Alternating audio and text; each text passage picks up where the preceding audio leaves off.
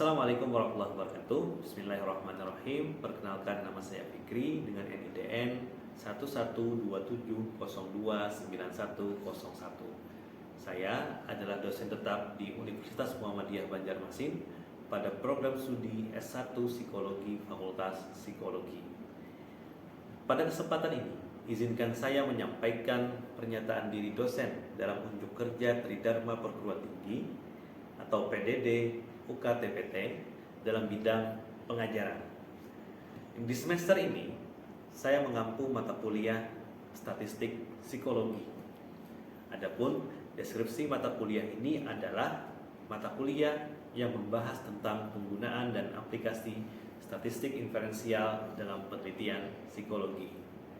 Bobot mata kuliah sebesar 2 SKS, kemudian disajikan pada semester 5, dan kode mata kuliah adalah PSI 5125.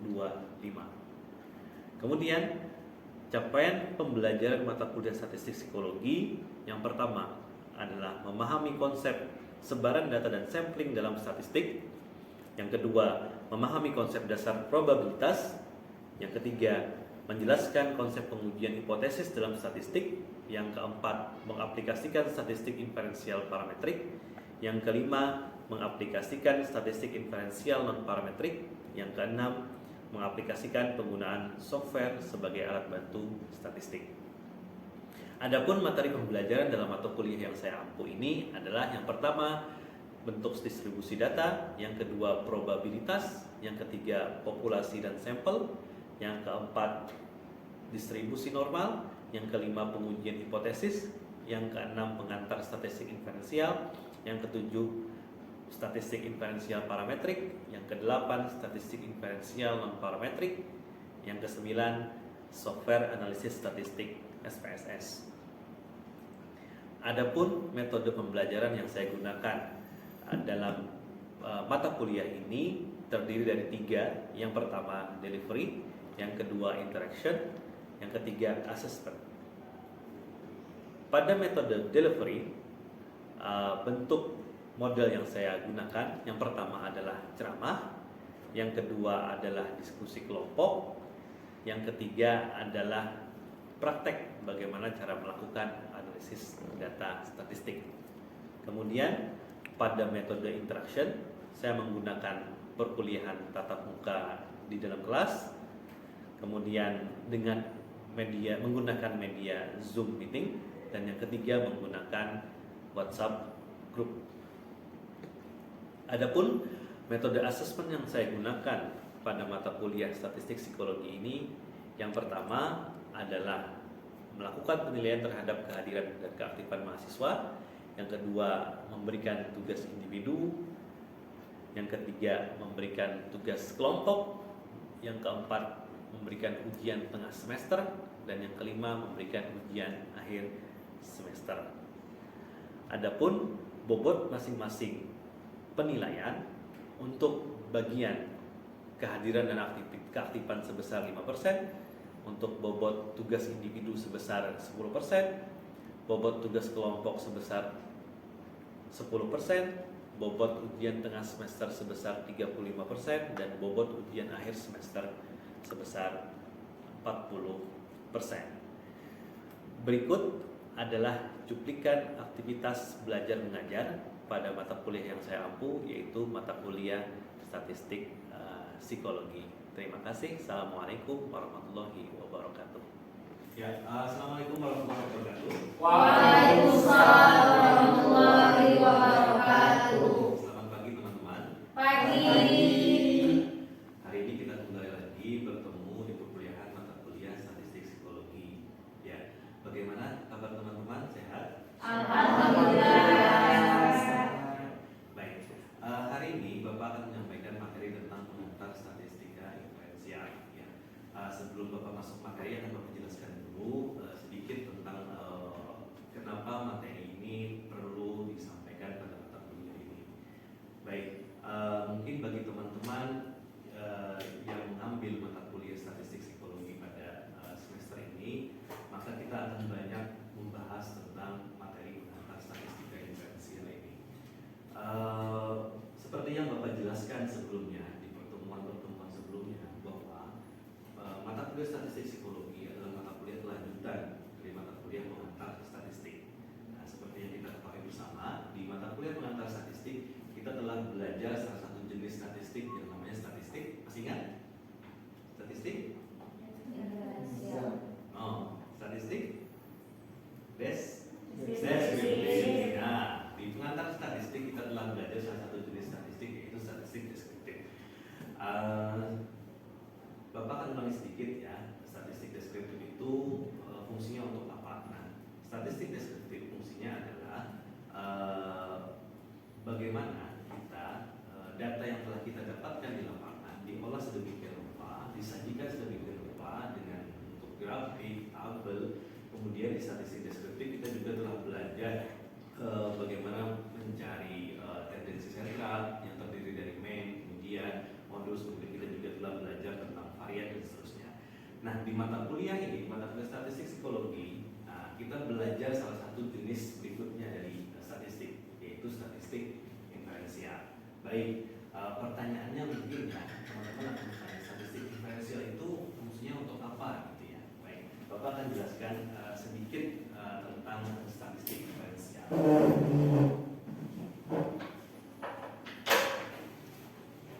Teman-teman sudah dapat mata kuliah yang namanya metode kuantitatif ya? Ya, sudah ya. Oke. Ya.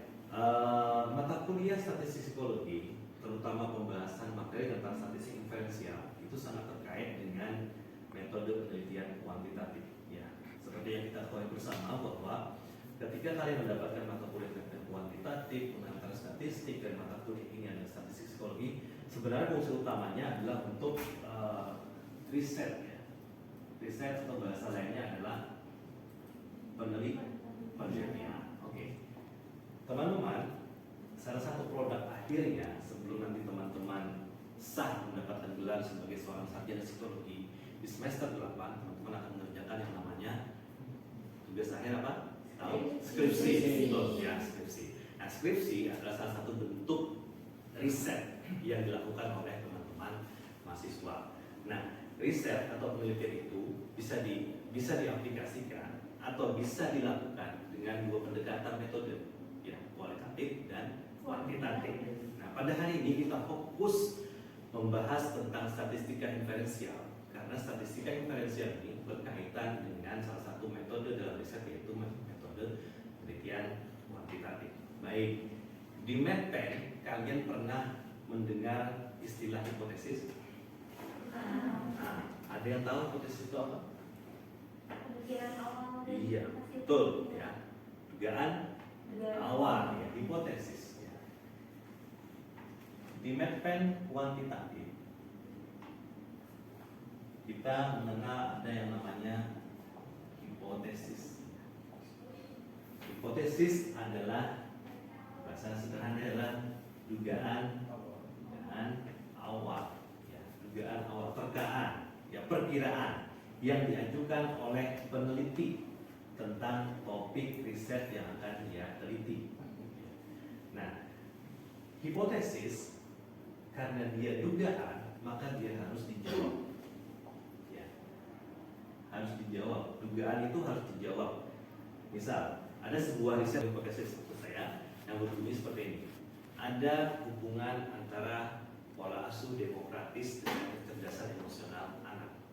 Lalu, hipotesis yang diajukan peneliti adalah ada hubungan antara pola asuh demokratis dengan kecerdasan emosional pada anak. Yang namanya dugaan itu perlu dijawab untuk memastikan apakah memang benar ada hubungan antara pola asuh demokratis dengan kecerdasan emosional pada anak. Nah, proses kita menjawab dugaan ini atau proses kita membuktikan hipotesis kita memerlukan sebuah alat ya. Proses kita menjawab hipotesis ya, kita memerlukan sebuah alat. Apa nama alatnya? Alatnya adalah statistik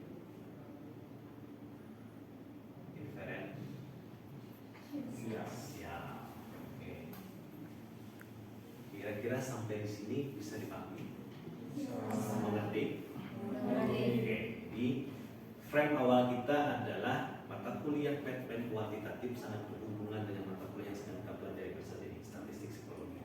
Karena di mata kuliah statistik psikologi hari ini kita akan belajar tentang yang namanya statistik inferensial. Fungsi statistik inferensial adalah untuk menjawab hipotesis. Gitu ya. Sebenarnya apa sih statistik inferensial? Bapak akan jelaskan definisi sederhana ya. Jadi statistik inferensial adalah salah satu jenis statistik ya, dari dua tadi ya. Statistik itu ada dua, deskriptif dan inferensial. Nah, statistik inferensial adalah jenis statistik yang digunakan untuk menarik kesimpulan tentang keadaan sebuah populasi atau parameter berdasarkan data yang diperoleh dari sampel penelitian. Contoh tadi ya, contoh. ANSA misalnya mau melakukan penelitian tentang keterkaitan pola asuh otoriter dengan perilaku agresif pada anak. Ya.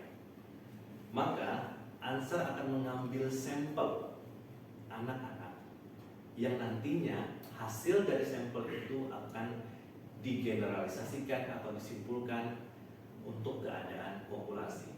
Ya, jadi nanti setelah di pertemuan sebelumnya kita telah belajar tentang populasi dan sampel ya. Nah, bagaimana penarikan populasi, bagaimana teknik pengambilan sampel dan seterusnya.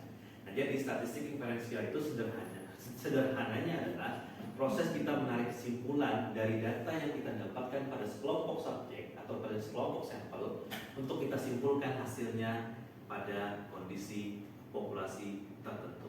Contoh ANSA mau meneliti tadi keterkaitan antara pola asuh otoriter dengan perilaku agresif. Lalu diambillah sampel anak-anak di kota Banjarmasin. Ya, tentu saja kita tidak bisa mengambil semua anak-anak di kota Banjarmasin ya. Kita akan mengambil perwakilan di kota Banjarmasin, anak-anak yang ada di kota Banjarmasin.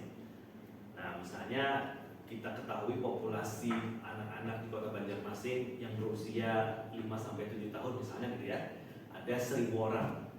Maka kita akan mengambil, ANSA akan mengambil sampel sebagian dari 1.000 orang itu. Misalnya ngambilnya 300 orang. Nah, 300 orang itu akan diambil datanya oleh ANSA, kemudian nanti akan diproses, akan diolah menggunakan statistik inferensial. Hasilnya akan bisa kita simpulkan untuk keadaan populasi anak yang ada di kota Banjarmasin. Nah, sederhananya statistik inferensial itu seperti itu. Nah, ahli lain menyatakan bahwa statistik inferensial adalah proses membuat kesimpulan dari sebuah data. Nah, kesimpulan itu bisa berupa ada atau tidaknya hubungan di antara variabel, atau ada atau tidaknya pengaruh di antara variabel, kemudian ada atau tidaknya peranan atau perbedaan pada sebuah variabel di antara beberapa kelompok. Dalam statistika inferensial biasanya terdiri dari minimal 2 kelompok atau 2 variabel seperti itu.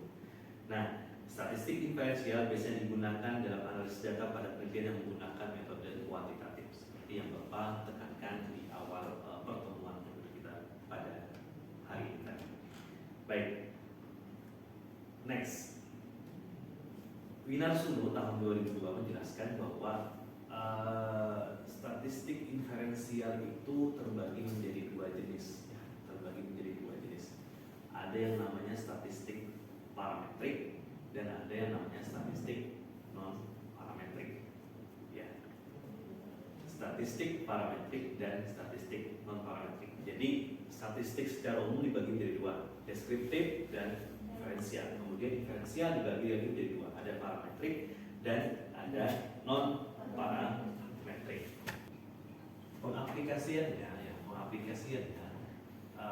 berdasarkan metode atau desain penelitian yang akan kita lakukan. Jadi seperti ini. Kita sudah pernah belajar mata kuliah kuantitatif. Ada yang masih ingat dalam penelitian kuantitatif itu ada berapa desain penelitian? Masih ingat? Ya, tidak mungkin. Apa? Korelasional. Betul, ya. Satu jenisnya adalah korelasional. Ada lagi?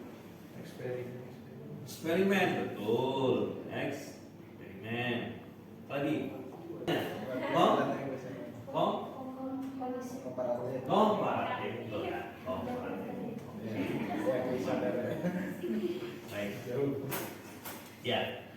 Ini adalah desain-desain dalam penelitian kuantitatif.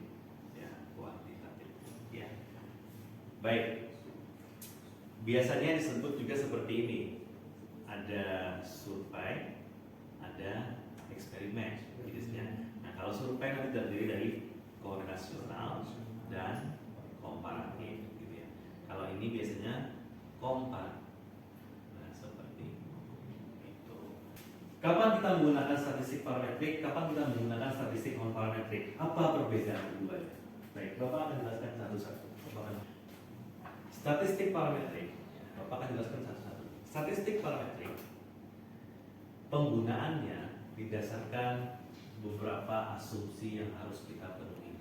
Ya. Ketika kita akan menggunakan statistik parametrik, maka ada beberapa asumsi dasar atau dalam tanda kutip prasyarat yang kita harus penuhi.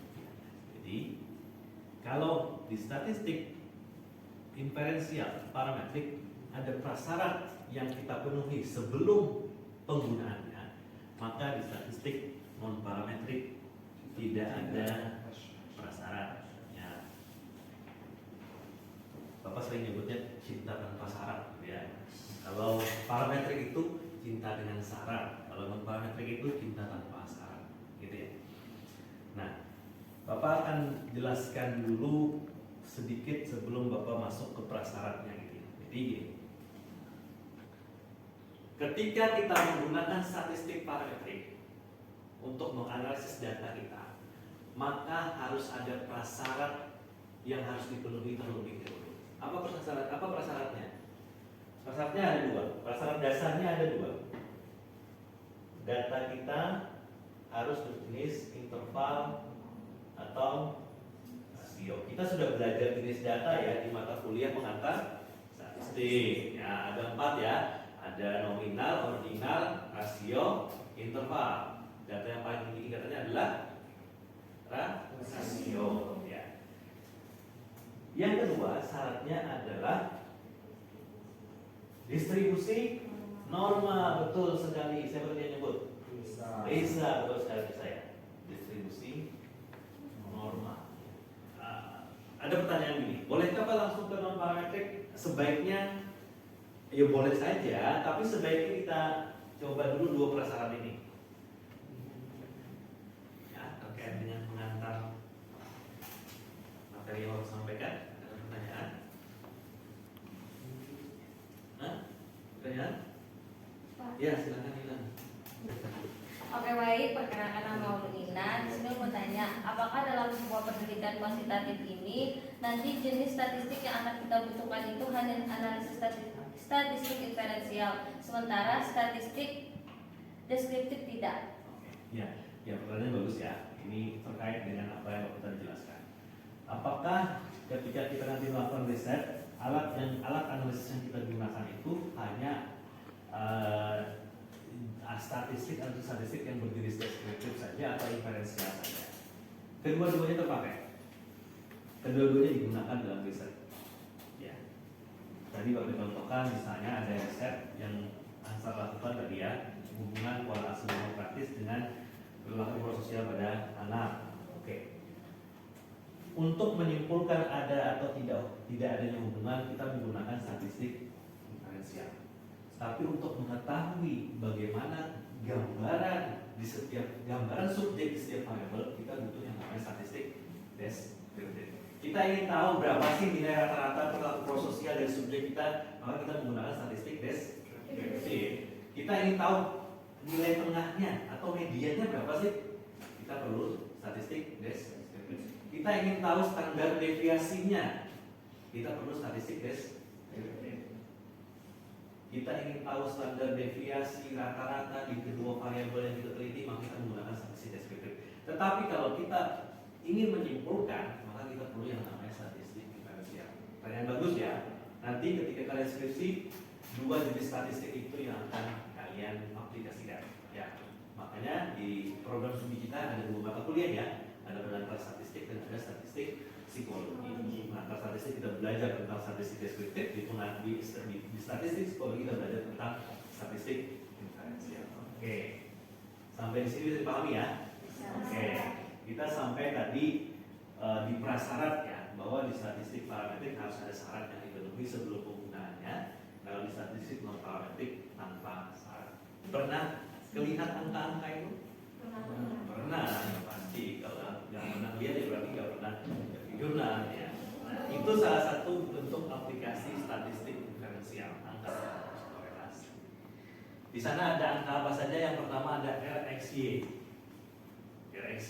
RxY itu adalah koefisien korelasi. Apa sih Pak koefisien korelasi? Koefisien korelasi itu adalah koefisien yang digunakan untuk mengetahui kekuatan hubungan. Semakin mendekati angka 1, maka semakin sempurnalah hubungan mereka, gitu ya, hubungan di antara variabel. Tapi ya yang menjadi catatan dalam riset-riset sosial, khususnya ibu-ibu kita psikologi, gitu ya, jarang ada yang sampai koefisien korelasinya mendekati 0,7, mendekati angka 1. Oke, itu RX. Kemudian ada simbol apa aja? Ada simbol apa lagi sana? P. P. Kemudian ada angka P sama dengan 0,001 dan P kurang dari 0,05. Maksudnya apa ya? Nah, Bapak akan jelaskan. Untuk mengetahui atau untuk menguji apakah memang ada hubungan di antara variabel yang kita teliti, kita berpedoman pada yang namanya nilai signifikansi. Nilai signifikansi itu disimbolkan dengan huruf P kecil. P kecil. Nah, oke, sampai di sini dulu. Nah, bagaimana caranya Pak? Itu ya pertanyaannya. Nah, kalau ada dua cara untuk kita bisa menyimpulkan apakah ada hubungan di antara variabel yang kita teliti. Cara yang pertama adalah dengan membandingkan yang namanya R hitung dengan R tabel, betul. Cara yang kedua adalah dengan melihat nilai signifikansi. Nilai signifikansi. Bapak akan ajarkan kedua-dua caranya. Ya. Cara yang pertama dengan membandingkan nilai R hitung dengan R tabel. Di sana sudah ketahuan nilai R hitungnya ya. Nilai R hitung adalah yang ini 0,750.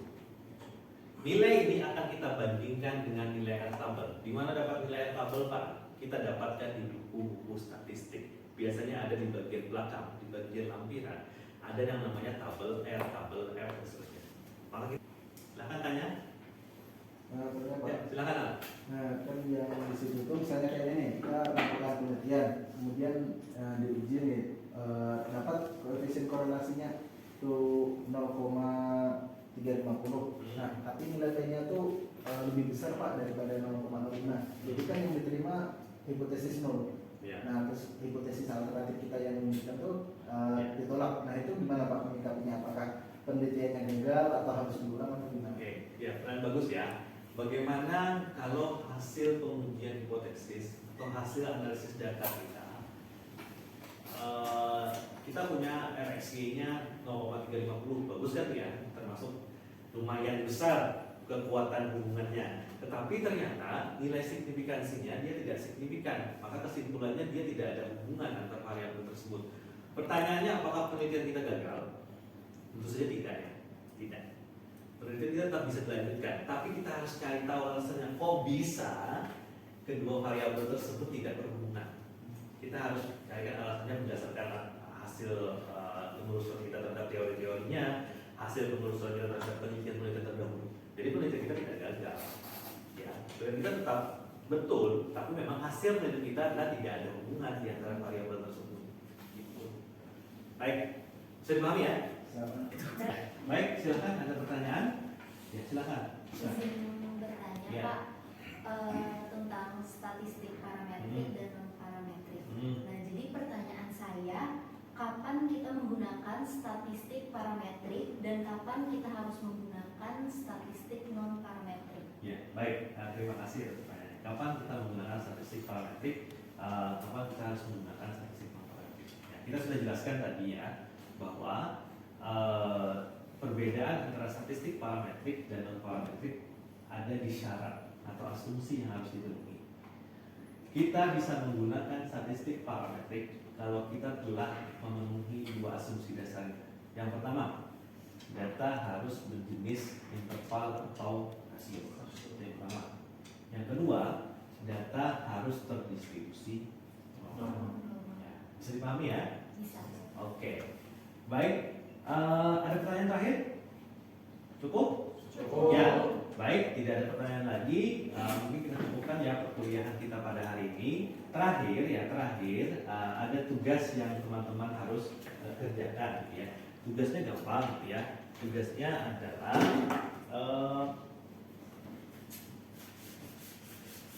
Bapak ingin teman-teman gitu ya, mencoba melakukan analisis ya.